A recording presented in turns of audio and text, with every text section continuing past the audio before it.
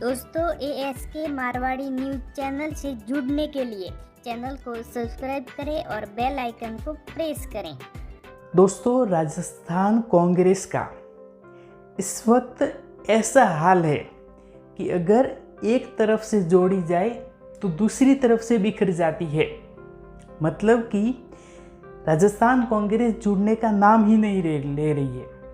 अगर राजस्थान कांग्रेस का एक मंत्री या विधायक मनाया जाए तो दूसरा मंत्री या विधायक रूठ जाता है, नाराज हो जाता है। अगर दूसरा मंत्री या विधायक मनाया जाए तो कोई तीसरा मंत्री या विधायक रूठ जाता है। कहने का मतलब है कि अगर एक तरफ से जोड़ा जाए तो दूसरी तरफ से बिखर जाता है। फिलहाल यही हाल चल रहा है राजस्थान कांग्रेस का। नमस्कार दोस्तों, मैं अरविंद सुथार कागमाला आप सभी का इस वीडियो पर स्वागत करता हूं। दोस्तों, अगर आप हमारे इस YouTube चैनल पर पहली बार आए हो तो आपसे हाथ जोड़ करके निवेदन है कि तुरंत ही इस YouTube चैनल को सब्सक्राइब कर दीजिए ताकि आगे भी आपको इसी प्रकार के वीडियोस मिलते रहें।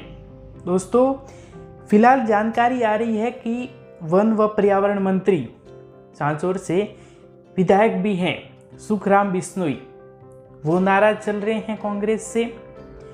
जानकारी के अनुसार उन्होंने अपनी जो सरकारी गाड़ी होती है, जो अंगरक्षक होते हैं बॉडीगार्ड्स, वो सरकारी गाड़ी और अंगरक्षक गहलोत सरकार को वापस लौटा दिए हैं। कल वो बाड़मेर भी पहुंचे थे तो वहां पर भी उन्हें की गाड़ी व अंगरक्षक उनके साथ नहीं थे। कुछ मीडिया कर्मियों ने उनसे सवाल भी पूछा कि कहाँ है, तो उनका कहना था कि ऐसा कुछ भी बात नहीं है।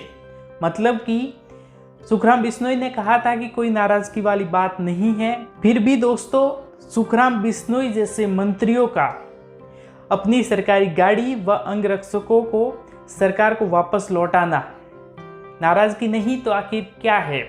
दोस्तों, सुखराम बिश्नोई के बेटे भी कुछ दिनों पूर्व धरने पर बैठे थे।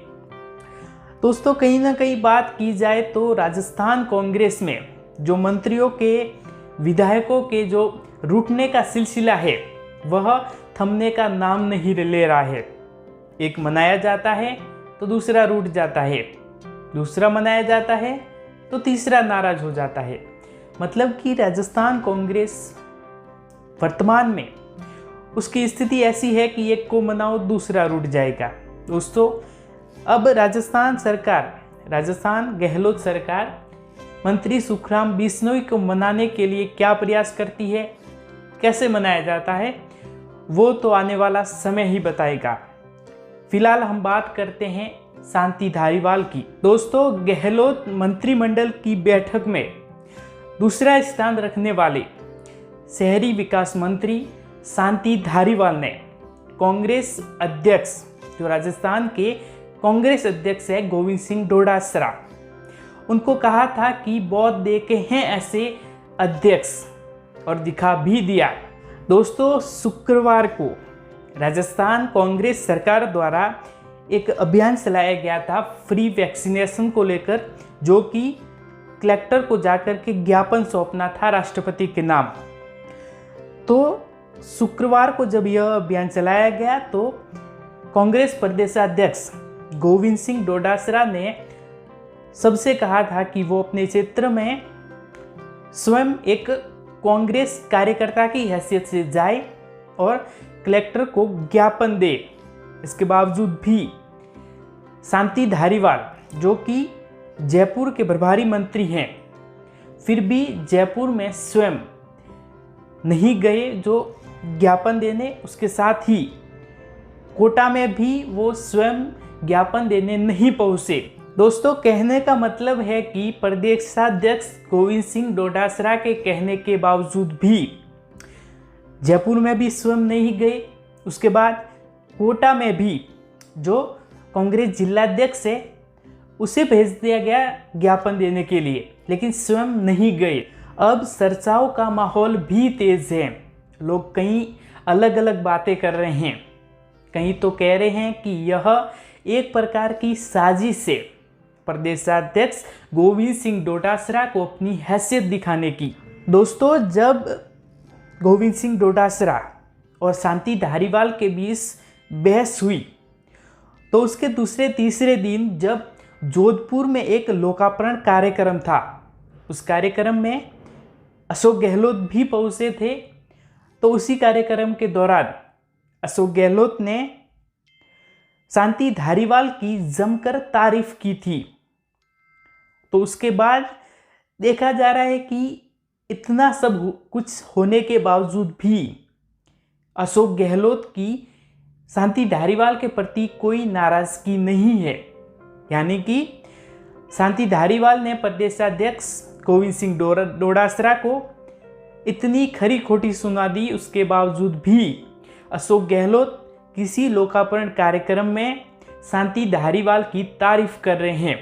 मतलब कि वो शांति धारीवाल से नाराज नहीं है। अब अगर दोस्तों बात करें कि कोई प्रदेशाध्यक्ष किसी कार्यक्रम के लिए कहता है और दूसरे नहीं मानते हैं मंत्रीगण, उसकी मतलब कि प्रदेशाध्यक्ष को खरी खोटी सुनाते हैं, फिर भी कोई मुख्यमंत्री नाराज ना होकर के उसकी तारीफ करता है, तो इसे आपसी फूट नहीं कहा जाए तो क्या कहा जाए? तो फिर प्रदेशाध्यक्ष की हैसियत ही क्या रह जाती है?